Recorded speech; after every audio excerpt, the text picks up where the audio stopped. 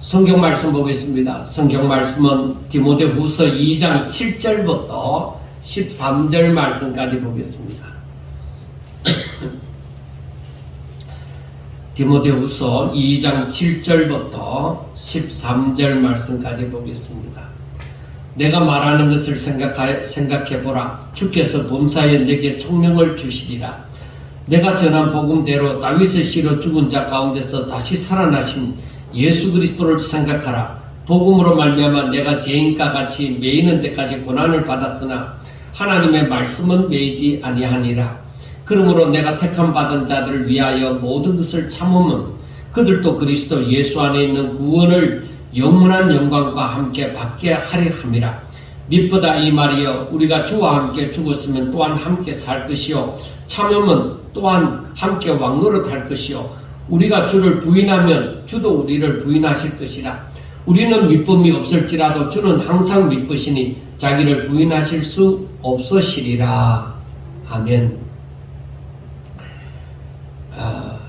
우리가 1장에 이어서 살펴볼 때에 이 감옥 속에서 사도 바울이 자신의 죽음이 임박해 있음을 직감하면서 진정 자신이 믿고 사랑하는 그 아들에게 해주고 싶은 말이 분명히 있었을 것입니다.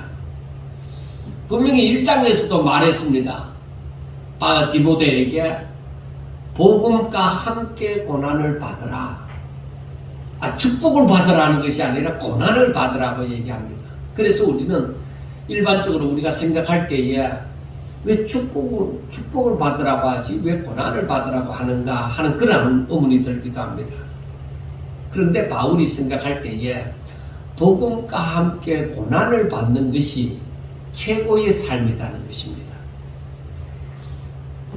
인생을 가장 보람되게 살아가는 삶이라고 바울은 그렇게 생각을 한 것입니다. 바울은 더구나 사랑하는 이 아들 디모데에게 복음과 함께 고난을 받으라고 거듭 2장에서도 또 이렇게 한 번 더 길게 또 강조를 하는 이유는 다른 사람들이 생각할 때 저 사람들은 복음을 전하는 사명을 받았으니까 복음과 함께 고난을 받으라 그렇게 말을 하지 않겠느냐. 우리는 쉽게 그건 오늘날로 말하면 목사님들에게나 하는 이야기다 그렇게 우리는 생각해 볼 수가 있습니다. 그런데 실상은 그렇지 않습니다. 바울이 하는 말 전체적인 것을 이렇게 볼 때에 거룩하게 살고자 하는 사람, 경건하게 살고자 하는 사람들은 다 이 고난을 받는 것입니다. 목사만 아니라 어느 사람이라도 주를 믿고 주를 따르고자 하는 사람들에게는 이 고난이 꼭 따른다는 것입니다. 그래서 사람들이 내가 복 받으려고 예수 믿는데 복이 아니라 왜 고난을 받는다고 하느냐 그렇게 생각을 할 수도 있습니다. 사실 사도 바울은 자신이 엄청난 고난을 받았습니다. 그 고난을 받으면서 생명의 위협도 많이 받았습니다.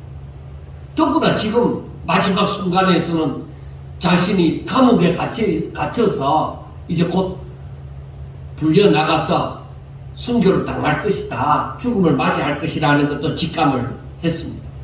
그런데 바울은 이것을 조금도 부끄러워하지 아니하고 이것을 두려워하지도 않았습니다. 그래서 제가 이 말씀을 가만히 생각하면서 이렇게 복음과 함께 고난을 받으라고 자신 있게 말할 수 있는 용기가 어디서 나왔느냐 할 때에 이건 아무나 느낄 수 있는 것이 아니라는 거예요. 하나님의 사람이 되어야 되는 거예요.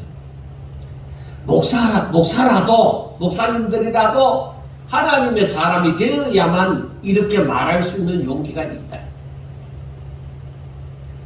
일반 성도들이라고 할지라도 하나님의 사람으로 산다고 할 때에 주를 따르는 사람이라고 할 때 이 말을 할 수가 있다는 것입니다.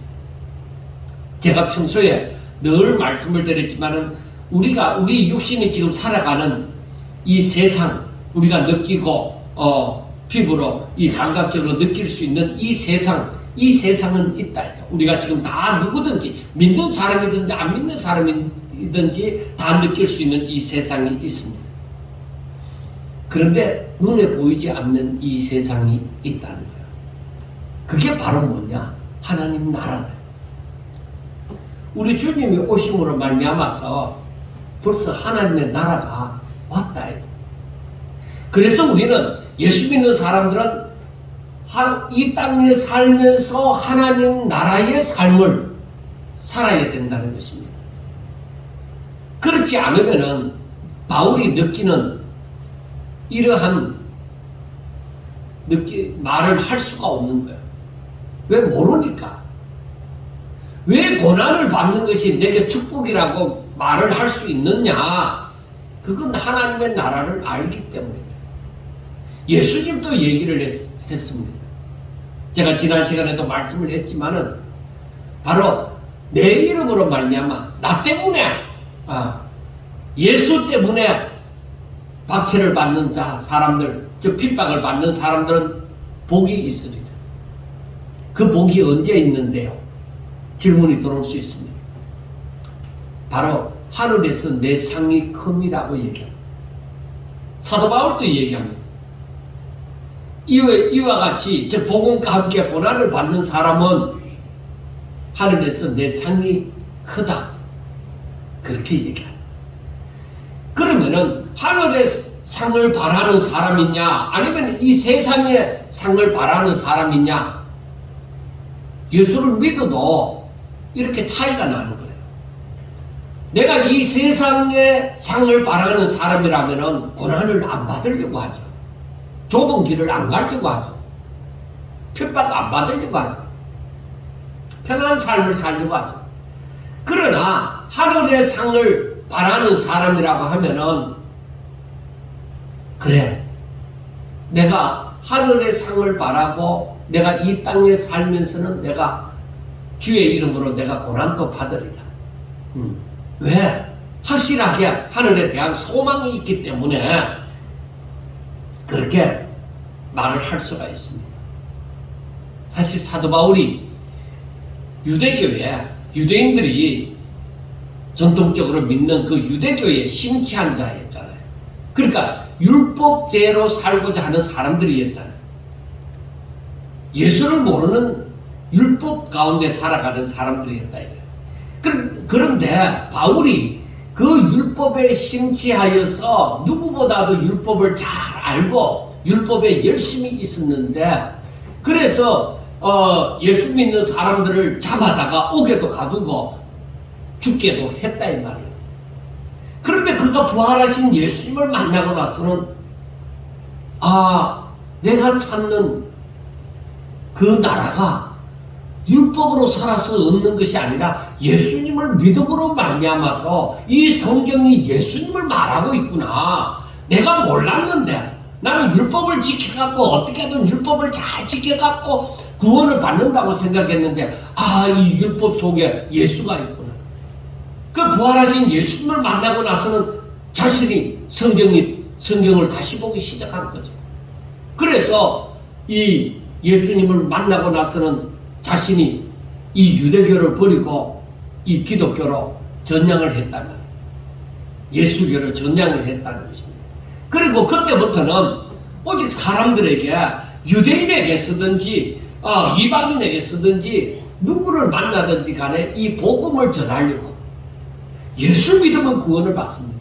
율법을 지켜야 구원받는 것이 아니라 예수님을 믿음으로 구원을 받습니다. 이 예수는 하나님의 아들이고, 이 예수는 바로 우리 죄를 짊어지시고 십자가에 못 박혀 죽으신 분이시고, 바로 이분은 바로 하나님의 능력 가운데서 저를 살리신 자, 부활하신 분이십니다. 누구든지 저를 믿으면 구원을 받습니다.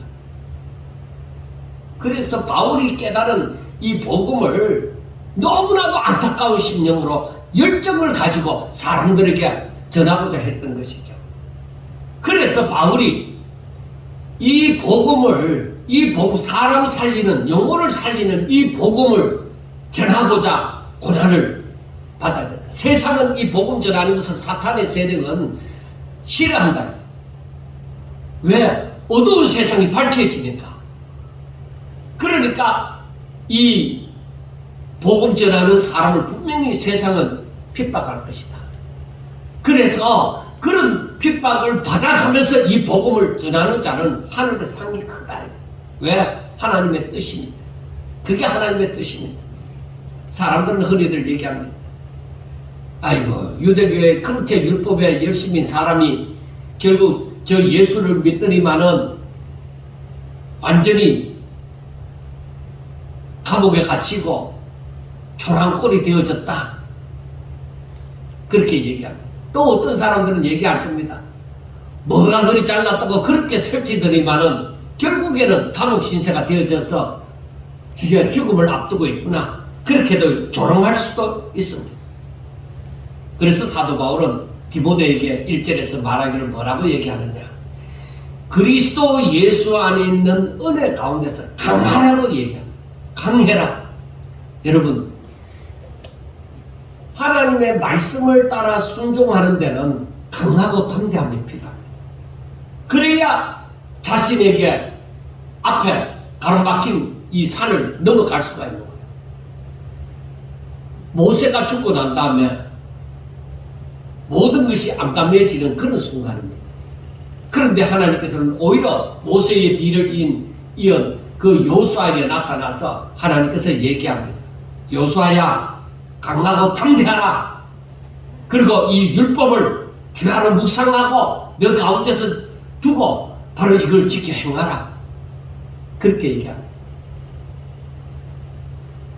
하나님을 믿는 사람들에게 있어서 이런 결단, 강하고 담대함이 없으면 안 됩니다.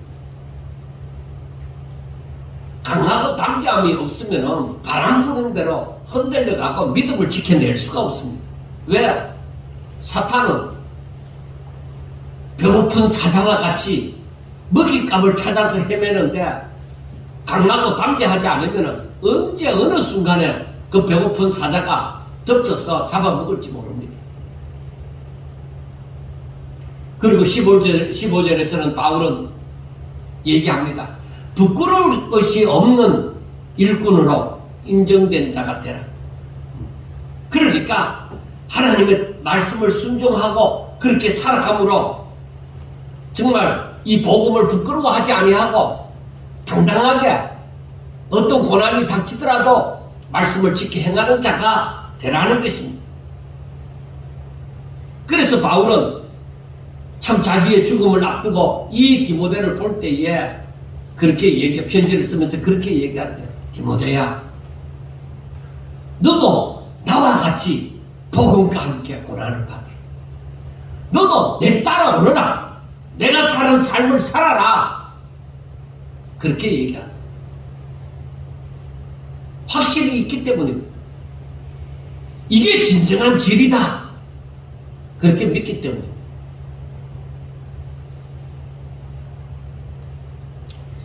바울이 이렇게 원한 것은 복음이 사람에게 있어서 가장 중요한 것이라고 느꼈기 때문입니다.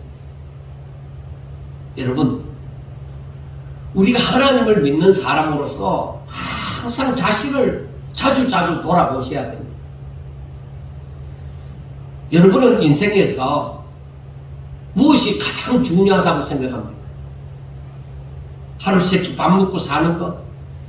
아니, 하루 세끼 밥 먹어갖고 어떻게 사냐?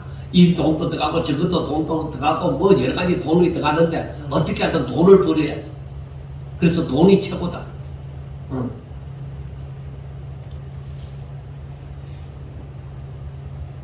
아니면은 건강해야지. 건강이 최고다. 그렇게 얘기도 할 수 있습니다. 아니면은 사람들은 권력이 최고다. 힘이 있어야 되지 않나. 혹은 사람이 이름을 남겨야 되니까 명예가 최고다. 그렇게 얘기를 할 겁니다. 저는 이것도 저것도 다 중요하다. 그렇게 생각합니다. 저는 이것도 저것도 다 중요하다고 생각합니다. 그러나 죄 때문에 사망 가운데 빠진 자에게 사망 가운데 빠져서 나오지 못하는 자에게 가장 중요한 것은 그 사망의 늪에서 건짐을 받는 것입니다. 물속에 빠져서 죽어가는 사람에게는 당장 물속에서 빠져가는 죽어가는 가운데서 건짐을 받는 것이 최고입니다. 부끄럽고 두렵고 없이 어느 누군가가 나를 건져주는 것, 그게 최고입니다. 사망에서 살아나지 못하면 그 어떤 것을 누린다 할지라도 사망 가운데서 누려보니까 결국에는 사망입니다. 모든 것이 다 멸망입니다. 죽는 것 뿐이다 이 말이에요. 그러므로 복음으로 말미암아서 구원을 받는다는 것은 모든 것을 의미 있게 만들어주는 것입니다. 우리 인생은 먼저 이 사망 가운데서 건짐을 받는 이 구원을 알아야 돼. 그래야만 죄사함 받는 것에 대한 관심을 가지게 되어지는 것입니다. 사람들이 교회만 다니면 다 구원받는 줄 압니다. 그거 아닙니다. 예수님을 믿어야 돼. 정말 그 예수님이 내가 죄 때문에 사망 가운데 빠져 있는데 예수님이 내 죄를 짊어지시고 십자가 못 박혀 죽으시기 때문에 내가 저를 믿음으로 그 안에서 예수 안에서 내가 죄사함을 받고 구원함을 받는 것이다 하는 것을 믿으셔야만 됩니다. 설사 하나님을 믿는다 할지라도 인생에서 무엇이 가장 중요한지를 알지 못하면 자신의 유익을 따라 움직이게 되며 그리고 복음과 함께 고난을 받는 삶은 있지도 않을 것입니다. 그래서 바울이 디모데더러 오직 복음과 함께 고난을 받음으로 하나님께로부터 택함받은 자들이 구원을 받고 하나님의 영광을 위하여 삶으로 영원한 영광을 받게 하라. 사람들로 하여금 이렇게 구원을 받고 바로 하나님의 영광을 위하여 즉 믿음으로 살아감으로 하늘나라에서 영광을 받게 하라. 그겁니다. 이게 전도자의 삶입니다. 자, 그러면 구원받은 사람은 이제부터 거룩하고 흠이 없는 하나님의 자녀로서의 삶을 살아야만 할 것입니다. 하나님은 우리를 택하시고 예정하시고 이렇게 해주신 이유가 바로 하나님께서 이 택함받은 사람들의 하나님이 되고 이들은 하나님의 자녀, 하나님의 백성이 되어지기를 원하는 것입니다. 그래서 하나님의 자녀가 되어진다는 것은 바로 거룩하고 흠이 없는 자가 되셔야 됩니다. 그런데 우리가 아무리 잘 살고 죄 안 짓고 산다고 하더라도 우리는 이미 사망 가운데 있는 자로서 우리의 힘으로서는 도저히 거룩하고 흠이 없는 하나님의 자녀가 될 자격이 없습니다. 그래서 우리는 기도할 때도 예수님 이름으로 기도합니다 하는 이유가 우리는 예수님을 믿을 때 예수 안에 있을 때에 우리가 의인이라 칭함을 받게 되어지는 거예요. 내가 죄를 지었지만 예수님이 내 죄를 내가 예수님을 믿음으로 예수 그리스도와 연합한 자가 되어짐으로 말미암아 바로 믿는다는 것은 하나가 되어지는 것입니다. 오직 그분의 뜻대로 온전히 순종하는 그것이 되어집니다. 그래서 하나가 되어지는 것이기 때문에 하나가 되어질 때에 예수님이 십자가 못 박혀 죽으심이 내가 믿음으로 그와 함께 죽음이 되어지는 것이죠. 그래서 내가 제사함을 받게 되어지는 것입니다. 그래서 거룩하다, 의인이다, 흠이 없다 그렇게 될 수 있는 거예요. 왜? 그 죄가 사해졌으니까. 그래서 우리는 이제 예수님을 믿고 구원을 받았으면 즉 믿으면 어떻게 살아야 되느냐? 제일 먼저 십자가의 군병처럼 하나님 군대의 병사처럼 살아야 된다 이 말이에요. 그래서 하나님께로부터 부름을 받은 사람들은 자기 생활에 얽매이지 아니하고 오직 자신을 부르신 하나님의 기쁘신 뜻대로 사는 것입니다. 우리가 국방의 의무를 지는 병력의 의무를 지고 군대 간 사람들은, 군인이 된 사람들은 어떻게 해서든 나라의 부름을 받았으니 이 나라를 지키기 위해서 저들은 살아가는 것입니다. 개인의 삶을 위해서 군대 간 게 아닙니다. 나라를 지키기 위해서. 그래서 우리는 항상 생각할 때에 그 군인들의 그 사명, 그 군인들의 그 수고로 말미암아서 우리가 이렇게 안전하게 살아갈 수 있다는 것을 분명하게 기억을 또 하셔야만 됩니다. 그리고 그들은, 군인은 또 부름을 받았으니, 나라의 부름을 받았으니 나라를 내 뜻이 아니라 나라의 그 뜻을 위해서 살아야만 되는 것입니다. 자기 멋대로 사는 것이 아닙니다. 자, 그 다음에는 경기하는 자처럼, 경기하는 자처럼, 이 경주하는 사람은, 경기에 임하는 사람은 거기에 어떤 경기든지 법이 있습니다. 그 법대로 살아야 됩니다. 자, 그러면은 우리가 하나님의 부름을 받아서 세상에서 경기하는 사람이니 우리는 하나님의 법대로 그렇게 살고자 하셔야 됩니다. 그래야 승리자의 면류관을 얻을 수가 있는 것입니다.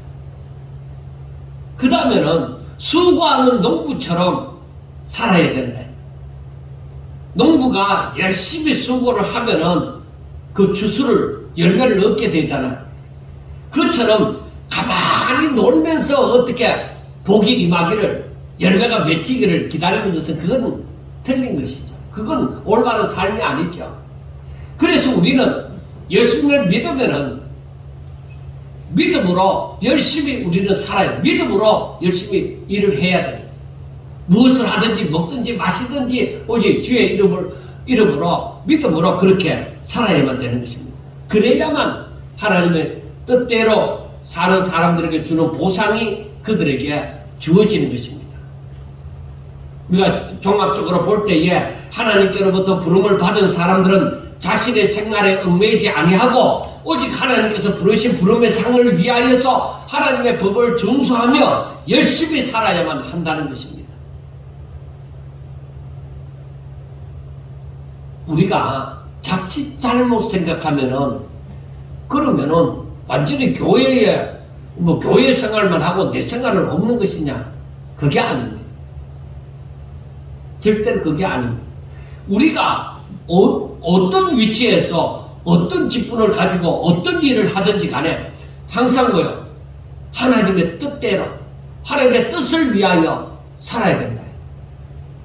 내가 공장에 다니더라도 내가 오직 하나님의 뜻을 위하여서 내가 이 공장에 다니고, 내가 학교에서 공부하는 학생이더라도 하나님의 뜻을 이루기 위하여서 내가 열심히 공부하고, 무엇을 하더라도 하나님의 뜻을 이루기 위하여서, 그분의 뜻을 이루기 위하여서 내가 살아야 된다. 내 욕심을 위하여서, 거기에 내 욕심 때문에 얽매이면은 내가 하나님의 뜻을 위하는 삶을 살 수가 없는 것입니다.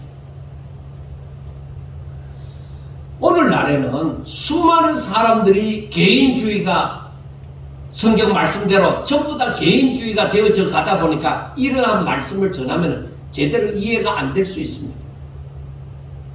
그러다 보니까 하나님의 임재를 체험할 수가 없는 거예요. 성경을 보다 보면 그런 부분이 많이 봅니다. 하나님의 백성이 되어져서 저들이 하나님을 버리고 우상을 섬기면 하나님이 그에게서 떠납니다. 이스라엘 백성들이 하나님을 경외하는 삶을 살아야 되는데 하나님을 경외하지 아니하고 우상을 섬겼단 말이에요. 그러니까 하나님이 그 성막에서 하나님을 떠나버립니다. 그 가운데 역사하지 않습니다.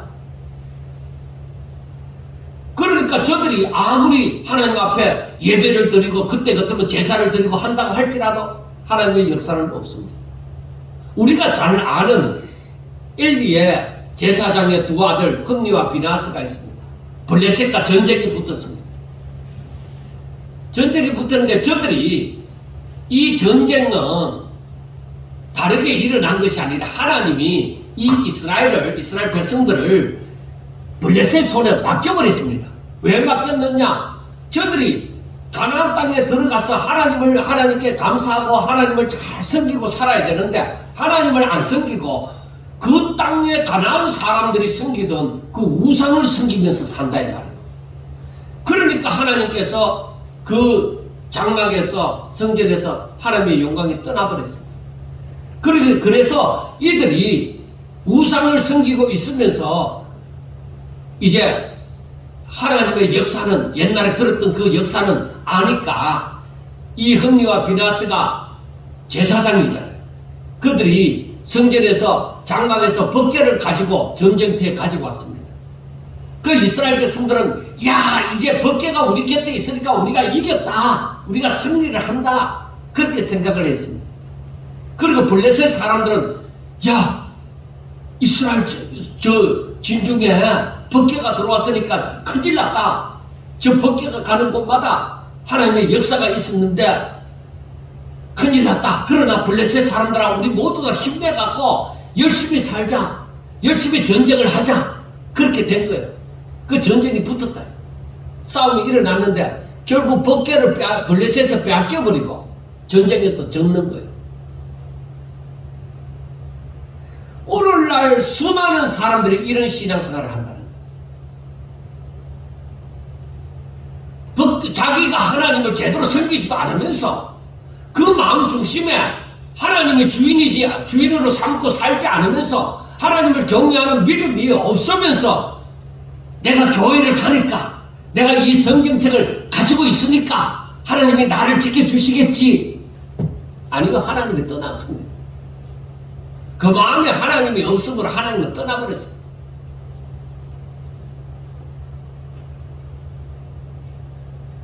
그래서 그 가운데 하나님이 역사하지 않습니다. 성경을 보면서 우리는 분명하게 그걸 알아야 되는 거예요. 우리가 뒤에도 나오지만 우리가 주를 부인하면 주께서도 우리를 부인한다. 우리가 하나님을 떠나 우상을 내 마음에 가득 채우고 하나님 아닌 다른 것으로 돈으로 명예로 권력으로 건강으로 내 잘남으로 내 마음을 채우고 있으면은 하나님을 발견할 수가 없는 거야. 이 가운데 하나님이 역사하느냐? 아니야. 그때에 이 전쟁이 일어나서 나고 난 다음에 그 비나스의 아내가 아이를 낳았어. 뭐라고 불렀느냐? 이가봇이다. 이렇게 했습니다. 그 말이 무엇이냐? 하나님의 영광이 떠났다. 하나님의 영광이 떠났다. 하나님의 영광이 떠난 성도, 그 성도가 아닙니다. 하나님의 영광이 떠난 교회, 그건 교회가 아닙니다.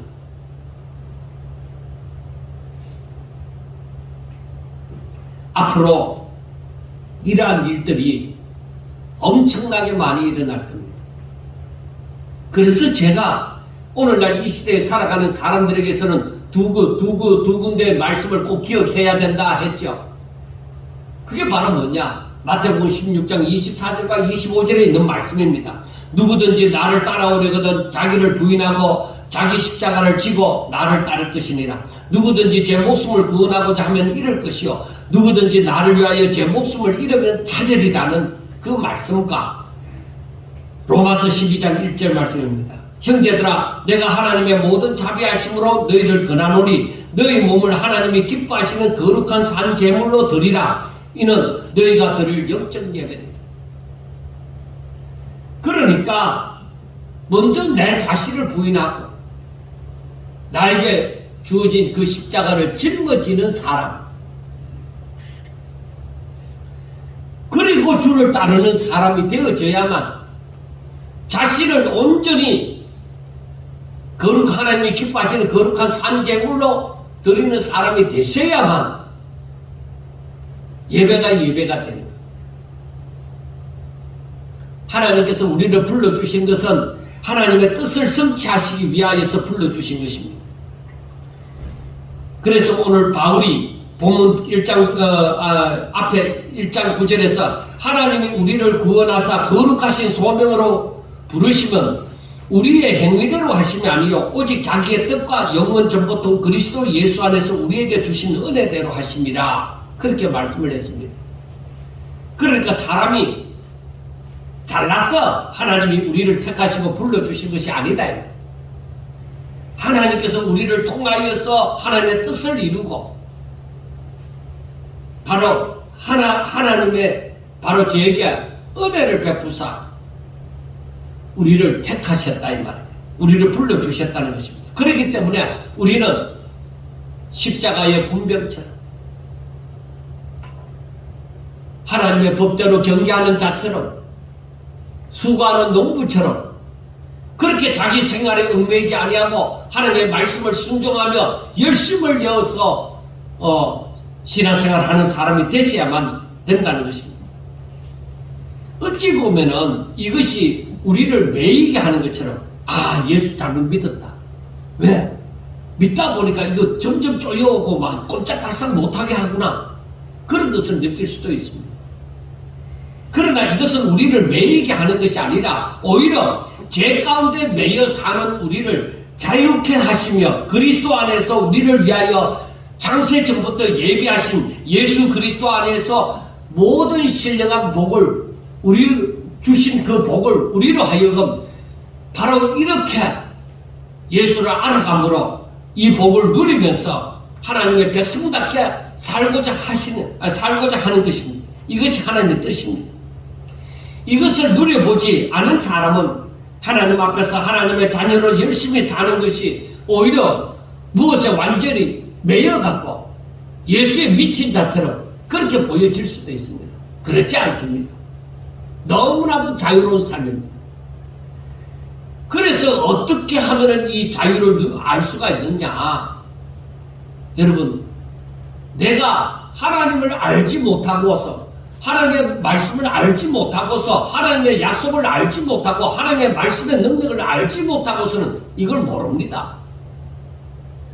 그래서 요한복음 8장 31절부터 그 36절에 있는 말씀을 제가 읽어드리겠습니다.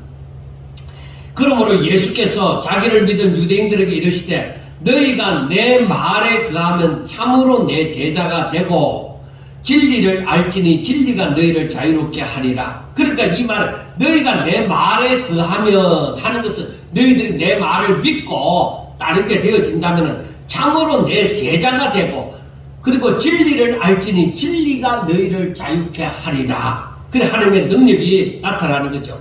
그들이 대답하되 우리가 아브라함의 자손이라 남의 종이 된 적이 없거늘 어찌하여 우리가 자유롭게 되리라 하느냐. 예수께서 대답하시되 진실로 진실로 너희에게 이르노니 죄를 범하는 자마다 다 죄의 종이라. 종은 영원히 집에 거하지 못하되 아들은 거하나니 그러므로 아들이 너희를 자유롭게 하면 너희가 참으로 자유로우리라.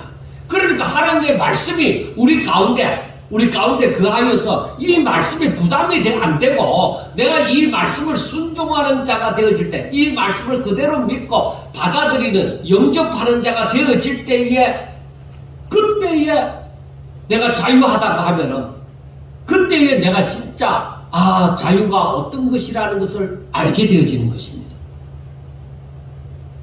그러므로 예수님께서 말씀하시는 것은 너희가 참으로 자유자라 생각하고 살겠지만 실상은 죄의 종으로 사는 것이다.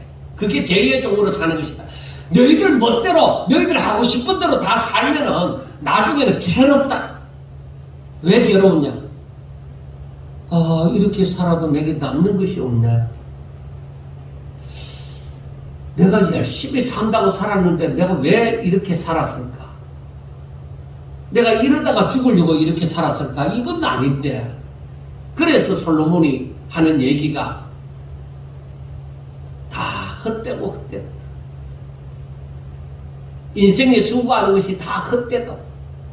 그렇게 얘기하는 것입니다.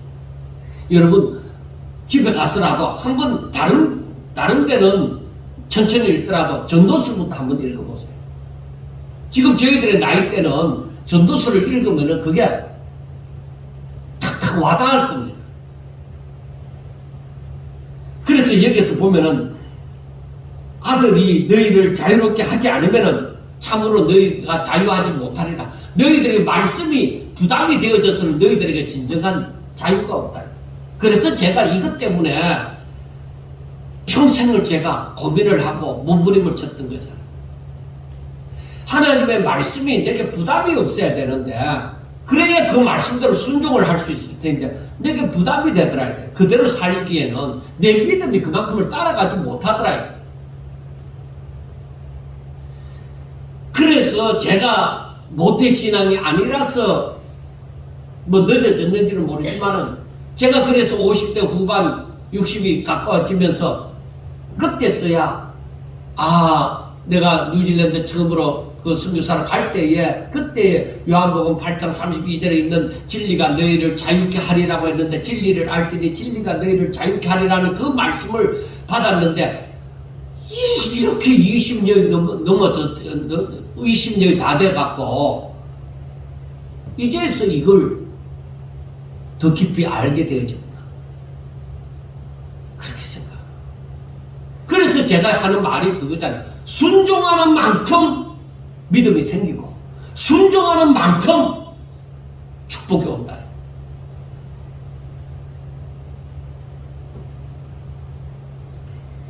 그래서 우리가 이 말씀을 제대로 생각해 보면은 아들이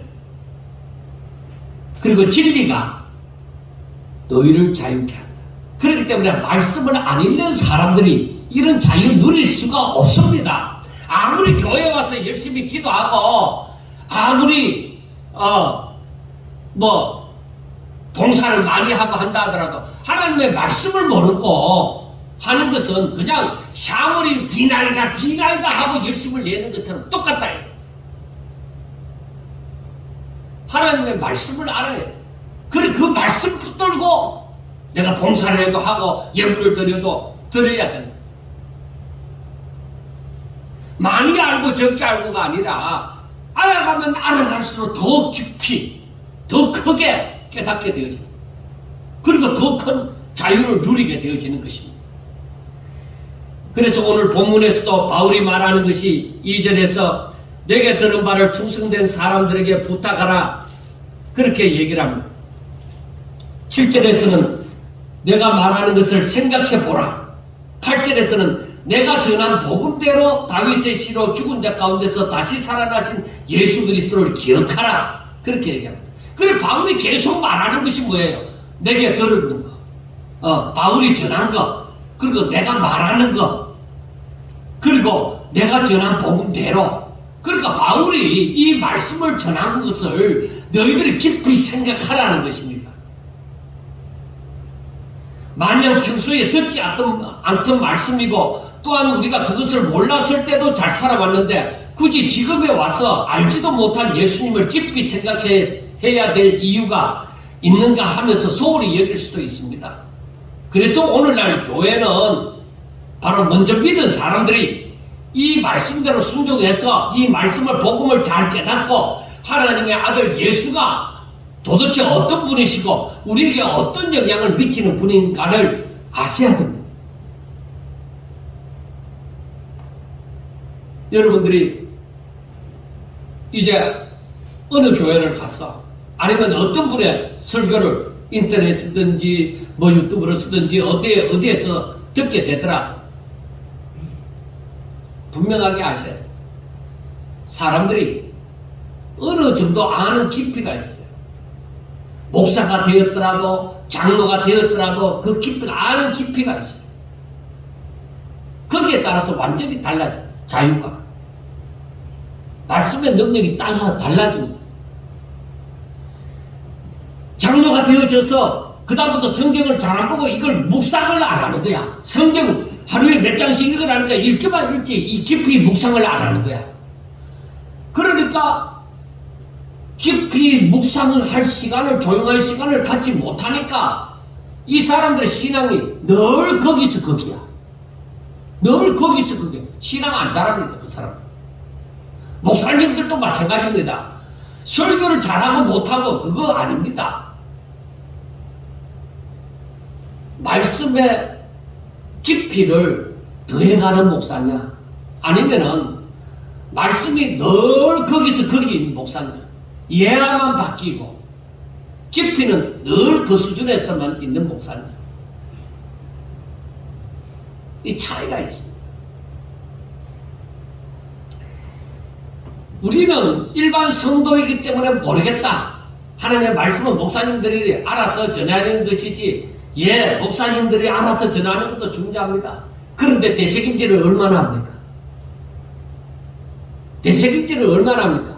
목사님이 전해주는 거, 제 같은 경우는 유튜브로 보내줍니다. 그런데 그걸 얼마나 듣습니까? 되새길 시간이 잘 없어요. 이렇게 들었으면은 자신이 집에 가서 조용한 시간을, 하루 중에 조용한 시간을 내어서 계속 이 말씀을 묵상하는 시간이 있어야 돼요. 바쁘게 살아가는 사람들은 신앙 안 잘합니다. 바쁜 와중에서도 이 성경 말씀을 묵상하는 시간이 있어요.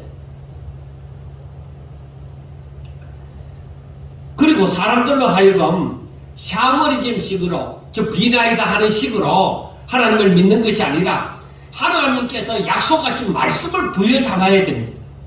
기독교는 말씀의 종교라고 얘기합니다. 예수 종교라고 얘기합니다. 기독교에서 예수님을 빼고는 아무것도 말할 수 있는 것이 없습니다. 꽝입니다.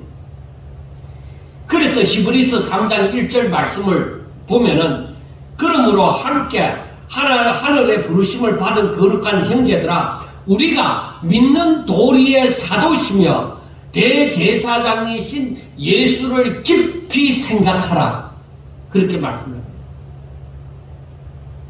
여러분, 예수님을 뭐 깊이 생각할 게 뭐 있나? 하나님의 아들이고 그가 이 땅에 와갖고 우리 죄를 짊어지시고 십자가에 못 박혀 죽으시고 하나님의 능력 가운데서 그가 다시 살아난 부활하신 자가 아니냐? 그리고 성천하셨고, 그리고 그가 때가 되면 우리를 데리러 오시는 분이 아니시냐?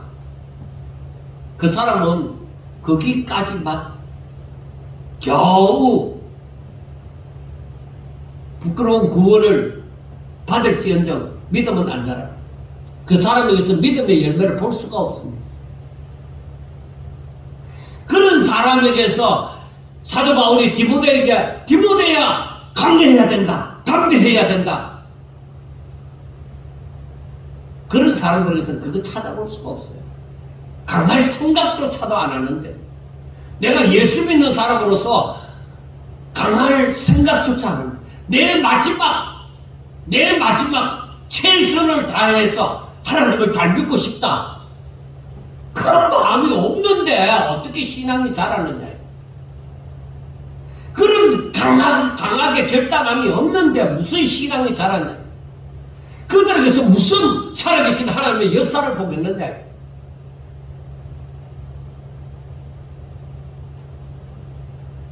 열심은 다른 데서 다 열심을 내고 하나님을 믿는 데서는 열심을 내지 못하고 사모함이 그래가 끝난 겁니다. 사랑하는 여러분, 예수님을 잘 알지 못하면 우리가 믿는다고 할지라도 전부 알맹이 없는 신앙입니다. 바울은 11절과 13절에서 예수님과 우리와의 관계를 말해줍니다. 11절과 13절을 보면은, 미쁘다 이 말이여, 우리가 주와 함께 죽었으면 또한 함께 살 것이요, 참으면 또한 함께 왕노릇 할 것이요, 우리가 주를 부인하면 주도 우리를 부인하실 것이라. 우리는 미쁨이 없을지라도 주는 항상 미쁘시니 자기를 부인하실 수 없으시리라. 바로 이와 같은 것입니다. 우리가 믿으면은 예수님과 연합한, 믿음이라는 것은 예수님과 하나가 되어진다는 거예요. 연합한다는 거예요. 그래서 우리가 예수님이 하신 그 일이, 십자가에 못 박혀 죽으심이, 내가 예수와 연합함으로, 믿음으로 연합함으로, 믿음으로 내가 그 십자가에 못 박혀 죽으심이 되어지고, 그가 살아나심이 내가 예수님을 믿음으로 말미암아 그와 함께 내가 다시 살아남이 되어지는 것입니다. 그래서 우리의 중생이 바로 생생하게 다가와지는 것이죠. 그래서 우리가 주와 함께 죽었으면, 나를 부인하고 그 십자가를 짊어지고 주를 위하여 내 생명을 드렸으면 분명히 그는 다시 살아납니다. 날마다 이 예수가 내 안에서 살아나는 그 하나님의 임재의 역사가 일어날 것입니다. 그리고 참으면은 왕노릇하는, 내가 세상의 모든 것을 절제하고 내가 참고 그렇게 하면은 내가 왕노릇하며 살 것이다. 그런데 내가 주를 부인하면, 내 마음에 들지 않는다고 내가 주를 부인하고 외면하고 그렇게 살면은 주도 우리를 부인할 것이다, 이 말이에요. 그렇습니다. 예수님과 우리는 하나가 되어야만 됩니다. 그래서 요한복음 15장 4절에서 7절 사이에 보면은 내 안에 거하라, 나도 너희 안에 거하리라. 가지가 포도나무에 붙어있지 아니하면 스스로 열매를 맺을 수 없음같이 너희도 내 안에 있지 아니하면 그러하리나, 나는 포도나무여 너희는 가지라. 그가 내 안에 내가 그 안에 거하면 사람이 열매를 많이 맺나니 나를 떠나서는 너희가 아무것도 할 수 없음이라. 사람이 내 안에 거하지 아니하면 가지처럼 밖에 버려져 마르나니 사람들이 그것을 모아다가 불에 던져 사르느니라. 너희가 내 안에 거하고 내 말이 너희 안에 거하면 무엇이든지 원하는 대로 구하라. 그리하면 이루리라. 자, 이 말씀이 여기에서 말씀하는 것처럼 이 포도나무가, 가지가 포도나무에 붙어있지 않으면은 떨어져 나간 거잖아요. 그건 말라서 비떨어져서 뗄감밖에 안 된다는 거예요. 그러나 너희들이 내게 붙어있으면, 내 말이 너희 안에 있으면은 내가 너희 안에 있는 거야. 하나님의 말씀이 내 안에서 살아 숨쉬고 있다고 하면은 주님이 내 안에 거하십니다. 그러니까 여기에서 마지막에 하시는 말씀이, 너희가 내 안에 거하고 내 말이 너희 안에 거하면은 무엇이든지 원하는 대로 구하라. 너희들이 오직 하나님의 사람이 되어져 있으면 원하는 대로 구하라. 그러면 하나님의 뜻대로 구할 것이 아니냐. 너희가, 내 말이 너희 안에 있고 내가 너희 안에 있으면은, 내 말이 너희 안에 있으면은, 그러면은 하나님의 뜻대로 구할 것이 아니냐. 그것이 다 이루어지리라는 것입니다.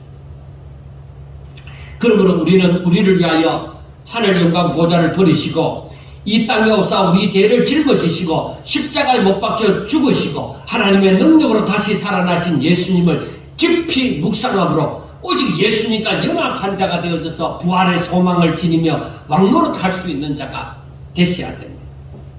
우리는 도저히 그렇게 할 수 있는 능력이 없습니다. 나는 능력이 없는데 믿으면 됩니다. 오직 주 안에 있으면 됩니다. 오히려 예수님을 아무것도 아닌 것처럼 환난 날에 주를 부인하는 자가 되어서 심판때에 주께서도 나를 모른다고 부인하는 그런 안타까운 일은 생겨서는 안 되겠습니다. 그러므로 우리는 이제 복음과 함께 고난을 받고 예수님이 걸어가셨고 사도 바울이 걸어갔던 그 길을 걷는 그런 자가 되려고 하면은 이 일반 교회 안에서 첫째 말다툼을 하지 말라는 것입니다. 어떤 사람하고 말다툼을 하지 말라고 하느냐면 변론을 좋아하는 사람들, 이런 사람들과 이 말다툼을 하면은 유익이 없고 전부 다 뭐요? 망하는 일뿐입니다.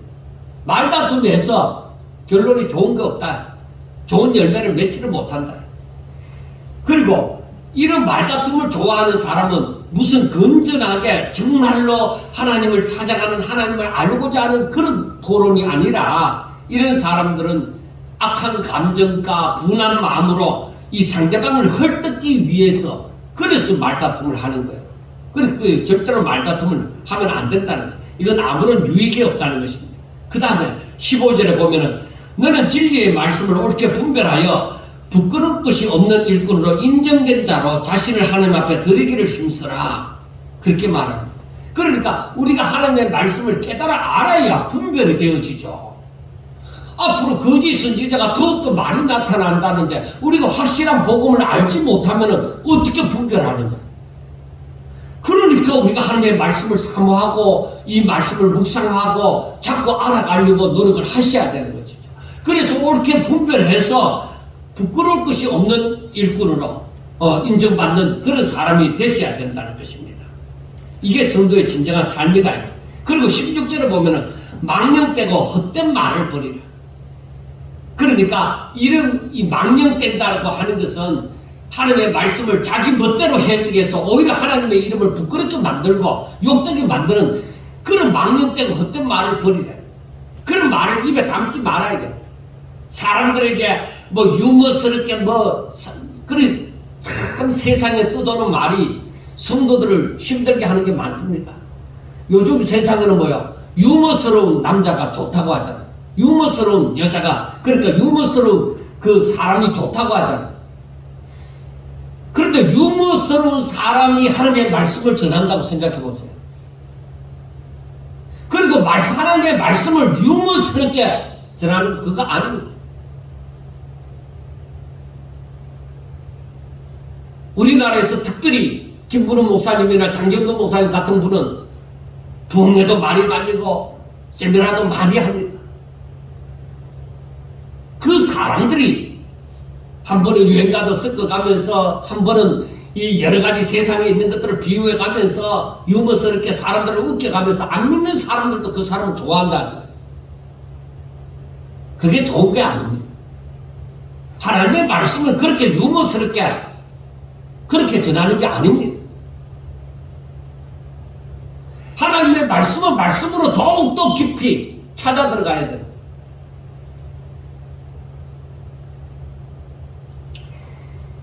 그러다 보니까 정강훈 씨 같은 사람도 나오는 거예요. 종교를 정치화시키는 사람은 사악한 사람입니다. 그렇게 이용을 하면 안 됩니다. 그리고 이렇게 하나님의 말씀을 자기 멋대로 해석해서 망령되고 헛된 말을 하는 사람들은 악성 종양자 같다고 했습니다. 그래서 이것이 유행이 되어져서 사람들한테 쉽게도 퍼져나가는 거야. 그리고 사람들이 얼마나 하나님의 말씀을 가볍게 생각하는지 모릅니다. 오늘날에도 이러한 사람이 너무나도 많이 있습니다. 그리고 21절에 보면은 그러므로 누구든지 이런 것에서 자기를 깨끗하게 하며 기이 쓰는 그릇이 되어 거룩하고 주인의 쓰심에 합당하여 모든 선한 일에 준비함이 되리라. 그러니까 성도는 하나님의 말씀을 순종하고 하나님의 뜻을 따르므로 성결에 힘써야 되는 것입니다. 이 성결하다는 하는 것은 성결해야만 구원받는다 이게 아니지만은 이게 아닙니다. 그러나 구원받은 사람들, 즉 성도에게 있어서는 이 성결이 책임으로 주어지는 것입니다. 성결한 삶을 사셔야 돼요. 그 다음에 22절에 가서는 또한 너는 청년의 정욕을 피하라. 이것은 무엇이냐면 사람에게 이 욕망이 생겨나는 거예요. 사람에게 막 욕망이 생겨나서 이것도 하고 싶고 저것도 하고 싶고 그래 세상을 향한 욕심, 어떤 면에서는 야망. 우리가 알아야 되는 것은 내 마음이 세상을 향하는 순간에 하나님의 뜻에서 벗어나가. 내가 세상을 향한 욕심을 가지는 순간에 하나님의 뜻에서 멀어져 버립니다. 그리고 23절에서는 어리석고 무식한 변론을 피해버리라고 합니다. 하나님의 말씀에서 벗어나서 하나님의 말씀을 자기 멋대로 해석하여 상대방을 설득시켜 미혹하고자 하는 사람들과 변론하지 말라는 것입니다. 그건 다툼만 일으키지. 그래서 이단하고 대화를 하지 마라 하잖아요. 이단하고 그들을 고쳐주겠다고 대화할 필요가 없다고 얘기합니다. 25절에 거역하는 자를 온유함으로 훈계하라 그렇게 말씀을 했습니다. 그래서 성도들은 다툼을 일으키는 변론을 피하고 오히려 하나님의 뜻이 이루어지길 바라며 마음이 온유함으로 저들을 훈계를 하라 해요. 그러면은 혹시 하나님께서 그 회개하는 영을 저에게 부어주사 저로 하여금 회개해서 하나님께로 돌아오게 하실까? 진리를 올바로 깨달아서 돌아오게 하실까? 그렇다. 그래서 이것은 그 어리석은 변론을 하는 거하고는 다릅니다. 오히려 그들을 향해서 책망을 하는 것이죠. 여러분, 이제 결론적으로 말합니다. 복음과 함께 고난을 받는 것을 두려워하지 마세요. 그건 전부 다 상급이 있습니다. 부끄러워하지도 마시고 오히려 닥치면은 받아들이는 자가 되세요. 마지막에 우리가 살아있는 동안에 세상으로부터 다가오는 핍박이, 예수 믿는 사람들에게 다가오는 핍박이 얼마나 클지는 모르지만은 지금부터 기도하세요. 나는 복음을 위해서 순교할 각오를 하겠다. 나는 이 복음을 버릴 수 없다. 나는 이 복음을 떠날 수 없다. 나는 주를 부인할 수가 없다. 그 마음을 가지셔야 돼. 이것은 분명히 구원과 함께 하늘의 상급이 있습니다. 수많은 영혼을 살릴 수가 있습니다. 죽은 자 가운데서 다시 살아나신 복음의 핵심이 되는 그 예수 그리스도를 깊이 생각함으로 말미암아 우리도 주를 따르는 사람이 되셔야 됩니다. 여기에서 자신의 믿음이 자라고 진리를 깨닫게 되어지고 생명의 왕성함이 일어날 것입니다. 그리고 복음에 합당한 삶을 살고자 힘쓰시고 애쓰셔서 이 마지막 때에 정말로 지금까지 가져보지 못했던 큰 믿음을 소유한 자, 진짜 복음을 위해서 쓰임을 받을 수 있는 저와 여러분들이 꼭 될 수 있기를 주의 이름으로 축원합니다. 기도드리겠습니다. 하나님 아버지 감사합니다. 저희들을 지켜주시고 붙잡아 주셔서 이 마지막 때에 저희들이 살아가는 이 시대에 정말로 온전히 믿음으로 살아가는 자가 되게 해주시고 하나님의 약속의 말씀을 부여잡고 조금도 흔들리지 않는 자가 되게 해주시고 예수님을 깊이 생각하고 복음과 함께 얼마든지 고난을 받을 수 있는 그런 자들이 될 수 있도록 주여 도와주시옵소서. 예수님 이름으로 감사하며 기도드리옵나이다. 아멘.